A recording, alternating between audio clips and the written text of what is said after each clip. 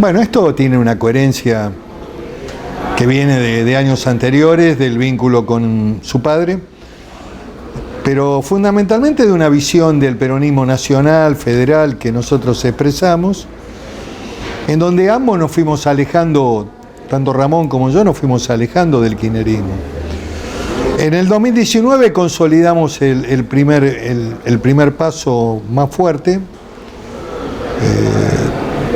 y a partir de ahí surgió la idea de la construcción de un espacio nacional, de un peronismo republicano, de un peronismo federal, que tenía su base en la tarea que hicimos de Alternativa Federal. Son muchos nombres, pero Alternativa Federal era el espacio que habíamos armado con Echaretti, con Massa, con Urtubey, para recordar el contexto histórico, ¿no? Y bueno, y vengo acompañando, estuve también en la elección provincial, donde apoyé la lista de unidad que se conformó de Juntos por el Cambio. Y ahora, bueno, en el año 2019, siendo candidato a vicepresidente, vine varias veces a Misiones, y Pedro hizo una muy buena elección como candidato a diputado, perdió con el candidato del PRO en la interna primaria. Y bueno, creo que quedó sentada la base para que en esta oportunidad tenga su lugar en el Congreso. Creo que hay grandes posibilidades. Y bueno, lo vengo a respaldar y a apoyar porque creo en este proyecto, porque Misiones y otras provincias del país se van sumando a esta idea de construcción que es Alternativa Republicana, y en donde esperamos construir una opción dentro de Juntos por el Cambio en la primaria que también exprese la posibilidad de una candidatura que emerja del peronismo republicano, que no sea solamente el PRO o el radicalismo, sino que también nosotros, en el marco de una primaria y participando de la coalición opositora, tengamos una referencia clara para competir y fortalecer la coalición. Bueno, Sergio Massa sí, otros están afuera, caso Urtubey, por ejemplo. Los gobernadores, lógicamente, que están con el gobierno.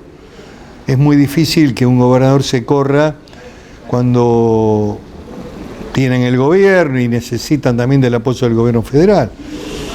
Pero si las cosas empiezan a andar mal en términos electorales, creo que puede haber un reacomodamiento muy importante del peronismo, fundamentalmente porque dentro del peronismo hay un debate de ideas.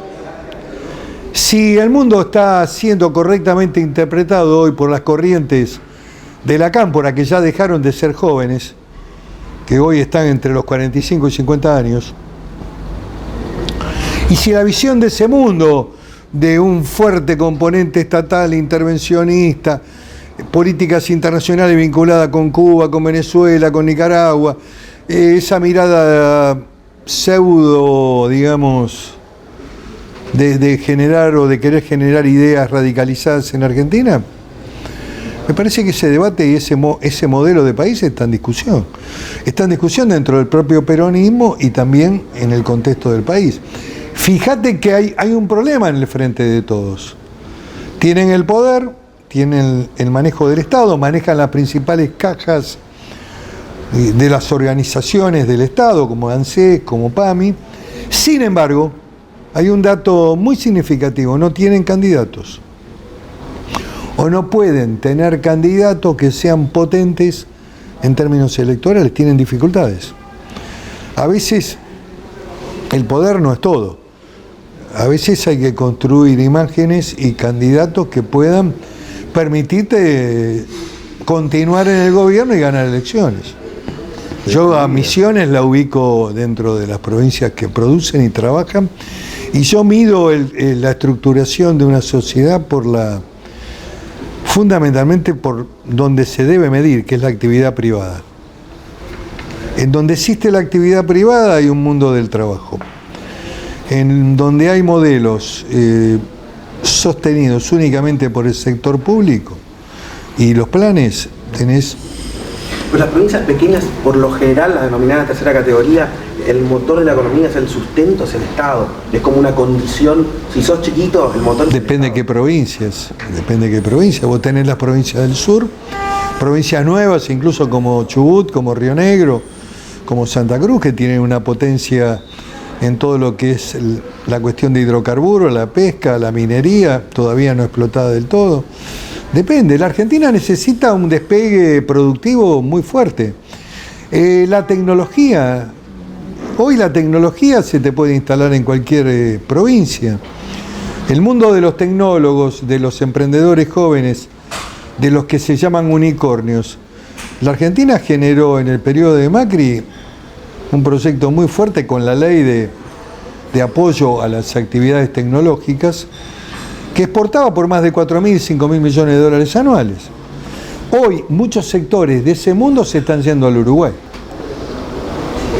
Ahora, ya que no lo hago en demérito, mucho menos de Misiones, a la que considero una provincia con un gran potencial económico, sustentado en producciones regionales como la madera, como el té, la yerba mate, o el turismo, que es una actividad que tiene indudablemente un potencial y una generación de empleo realmente muy, muy fuerte. Vos lo estratificás al hombre en la pobreza.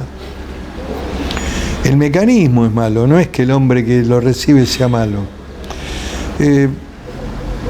Perón decía que gobernar era generar trabajo.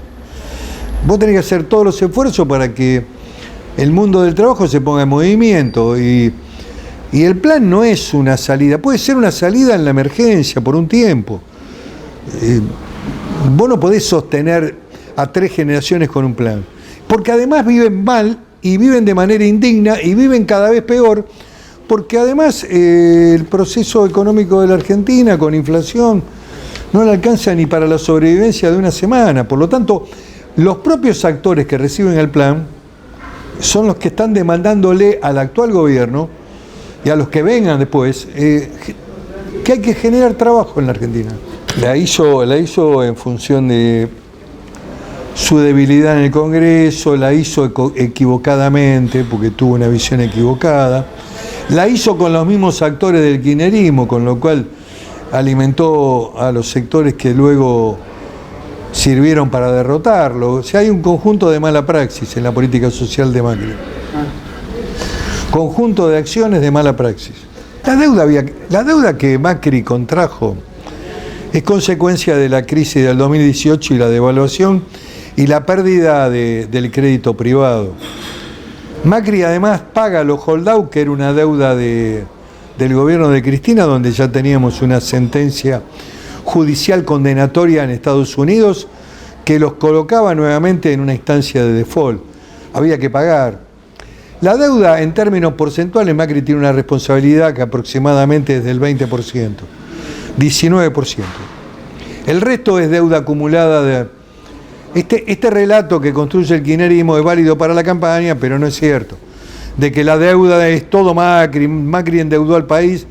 La verdad que el país viene endeudado desde después de la dictadura, donde comienza un proceso de acumulación de deuda, y los gobiernos democráticos en general todos trabajaron por encima de las posibilidades, gastaban más de lo que recaudaban. Por eso la Argentina necesita un acuerdo central, que es el acuerdo, comenzar con un acuerdo fiscal, una reforma impositiva, una reforma de las leyes laborales. Sí, ahora no se puede hablar de eso, pero a ver, no sé cuándo se dará, a veces se da por necesidad, a veces la crisis te empuja a un acuerdo, no sé cuándo se hará. Yo veo también de que hay muchas barreras que separan y hay mucho discurso con un contenido de odio que me parece que es negativo para el país. El gobierno de Fernández tiene 4 años de mandato. Una derrota electoral en el medio tiempo lo debilitaría mucho. No significaría eso que tuviera que terminar su gobierno. Lo que creo que estaría obligado a dialogar con la oposición. Estaría obligado a implementar cambios, estaría obligado a rectificar rumbos en la política internacional, estaría obligado a rectificar la economía. Yo siempre digo que en política lo que vale es la realidad. Y Macri no era prescindible, ni antes ni durante la campaña. Es un activo, en la Argentina el presidente es un activo. Lo mismo que Cristina. La experiencia de Cristina lo demostró, Cristina Fernández.